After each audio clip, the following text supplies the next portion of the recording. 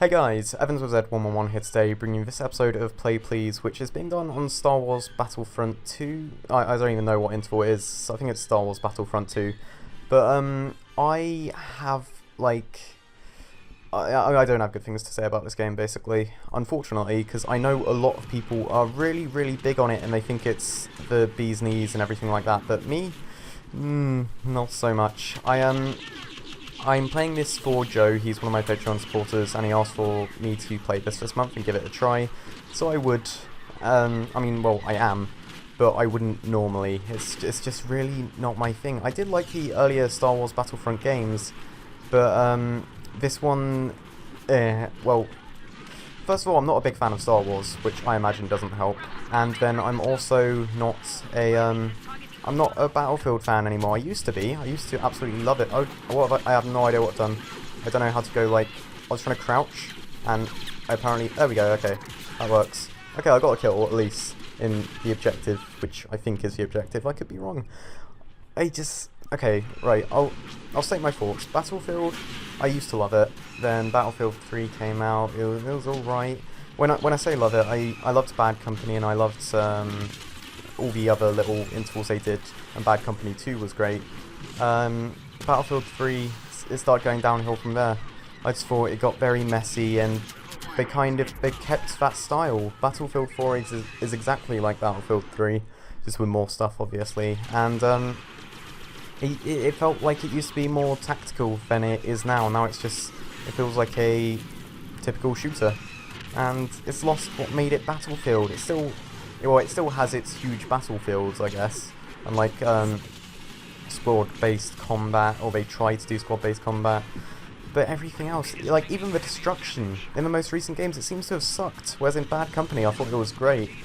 But to actually talk about this, it's, yeah, I don't like it. That's all I really can say. I have no idea what I just did there.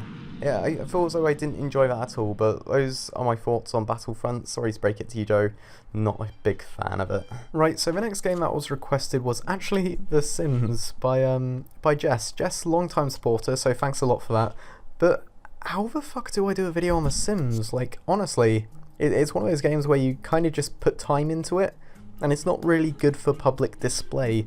I know Fluke did a series on it a long time ago, which was a fantastic series, but that was due to concept more than gameplay, and obviously his commentary greatly complemented it. It's a lot of C's, but I don't think I have that potential. So I've played The Sims on and off for so long over the last few years. I believe I've put the most hours into the original Sims, and it came with expansions like Pets and Making Magic and the Holiday one and the Celebrity one, and I had all of them. I had the complete collection, and it was so cool. And despite having not so good graphics and somewhat limited gameplay, it felt as though content-wise there was so much to it. And the replayability was just incredible. I remember putting so many hundreds of hours into it, building these incredible houses and stuff, and it really was a great experience when I was younger. Sims 2, I don't remember it being so much there. I think the problem was actually the limitation I had in ways of hardware, because I didn't have a great computer and it couldn't run it too good, so it just didn't feel as smooth, and I didn't enjoy the gameplay as much. But then on my PlayStation I had Sims 2 Castaways, which was the shit. That's probably it is actually my favourite Sims game.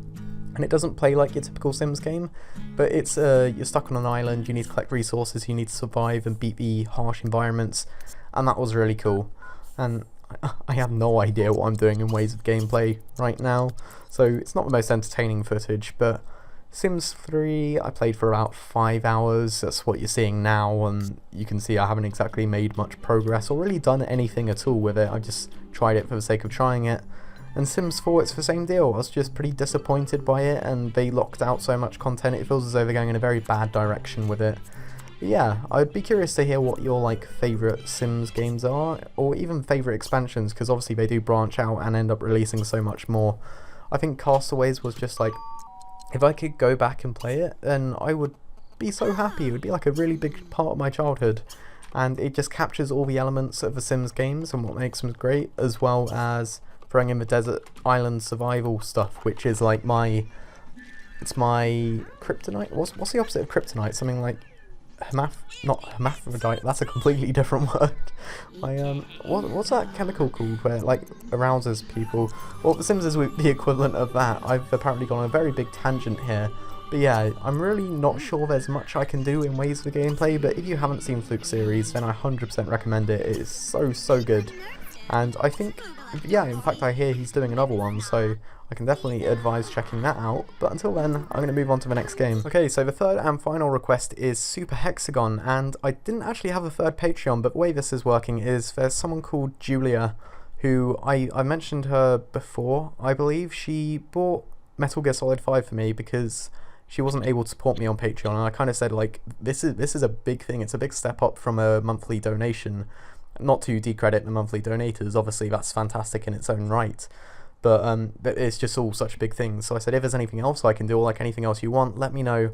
And this is the request to play Super Hexagon, which I've heard a lot about, but as you can see I've never played, and it's not my sort of game. It's one of those games that makes you smash things, and that's not what I find fun. Sorry to break it to you, but Hexagonist is the hardest difficulty available from the start, and that's the one she requested that I do. So I'm going to attempt it, and it's a pretty intimidating notion from what I have heard about it. So you have to move around the hexagon, and it looks pretty simple from here on, but I know that's not how it goes. You like have to avoid these shapes. So it's very much about hand-eye coordination, and I suppose let's see how much... Oh, I assumed you... No, you don't just press it and then it moves to the next segment. You have to hold it. Okay, I'm not counting that as my first try because that was more tutorial and I didn't understand. I thought... Okay, my first try was even more pathetic. 2.51 seconds. Yeah, if it was you press right and you move into the next shade, then that's really easy. But if you have to hold it to move the correct amount, then not so much. Oh, this is fucking with me already. That's like... You have to like try and predict the movement, and you're going around clockwise. You're going around anti-clockwise, and then you have to... No, I hate this. I can see the appeal. I definitely can. But if a high score of 3.6 seconds feels good, then that says something. That really does. It's like... It probably looks... Well, no, in fact, I can say this with volition because I've become a victim of it. It's so much easier to watch than it is to do. Because I've watched people play this and I think, okay, yeah, it doesn't look that hard. Like, you seem to be acting a lot more frustrated than you should be. But I can see why they do. Like, this is... The fact that it's a very binary motion system too, because you're pressing left and right to move. It's not, like... It's not analog, so there's no sensitivity. It's moving right at like a really high sensitivity, or you're not moving at all, or you're moving left. You get what I mean? But this is probably so hard for people to watch who are actually good at it, and I really do apologise for that. The music's at least cool, I guess. Incentive to play, so you can actually hear the entire song. I don't know. It's for movement because you're looking at the shapes from the outside, but you're on the inside, and that means your movement is like you think you have more room to move than you do, and then because of the motion as well, it like keeps changing between clockwise and anti-clockwise. At least it seems to. It's like a fucking optical illusion. Okay, that's 5 seconds. I'm actually pretty fucking happy with that, if I'm perfectly honest. But I swear it keeps changing direction. Maybe it's just when it zooms in. I think if I'm quiet, I could maybe focus a bit more. But that kind of whatchamacallit, defeats the purpose of, you know, recording. So that was a stutter. That wasn't actually my fault. It sort of froze for a second. I hate that one because, like, how do you do it? Right. No, it's the sensitivity is what's killing me. Well, no, my lack of skill is what's killing me. 5 again? If I got 5 twice, technically that's 10, right? And see, that time it's going anti-clockwise. That is the biggest disruptor, I reckon. 4? See, technically I'm on 14 if I do it cumulatively. Alright, I kind of want to just get, like, 7. 5 again? 5.07? That's not the 7 I was looking for. It seems to be randomized. I think it is randomized. But at the same time, and how does that work with I beat it by 0.1? Holy shit. If it's randomized, then how does the difficulty settings make sense? Is that just in ways of how fast it's going? 6.16. I feel like this is very typical of a Super Hexagon playthrough. It's like improving, but at such infuriating amounts, and then occasionally just having complete breakdowns and forgetting all and any skill you have learned throughout this. People do like watching this for some reason, and if you can enlighten me as to why, then that'd be great. I can understand the appeal in playing it, because then there's like the learning curve. And wrong way. I feel like the first bit is becoming a bit of a breeze now. It's still fucking difficult, I won't lie, but I feel as though it does get, like, you start learning the shapes and learning how to react to them. It's kind of like a driving test, except if driving tests were invented by a very sadistic person who, it was actually nothing to do with driving at all. It's just, in fact, yeah, it's got nothing to do with driving, so I'm going to take back that analogy. But Julia, I hope this is somewhat acceptable, and I hope that a high score of 6 seconds is... I don't think that's going to be acceptable. I really don't.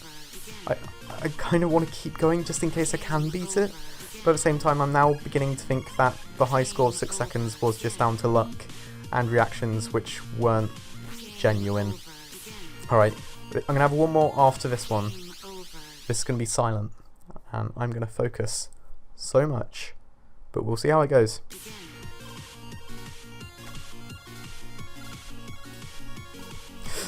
.42, it felt like it was longer than it was, but yeah, this was my attempt at Super Hexagon, and I'm really sorry because I know some people are actually good at this, and some people do like insane runs, but I'm not one of those people, and I don't think I ever will be. 6.16, try and beat that, guys. Thanks a lot for all my supporters on Patreon, and thanks a lot to all the people who support me outside of Patreon too. If you want to request a game for me to play next month, then have a look at the page and you can see all types of bonuses. There are loads of other little hidden incentives too in there, and it really does help out my channel, especially now that I'm at university and recording is so difficult to do. But I hope this was okay for you guys. Look forward to next month's installments, and let me know if there's any in particular games you want me to cover on my channel either. This is me, EvansWizard111, and this is me out. Peace.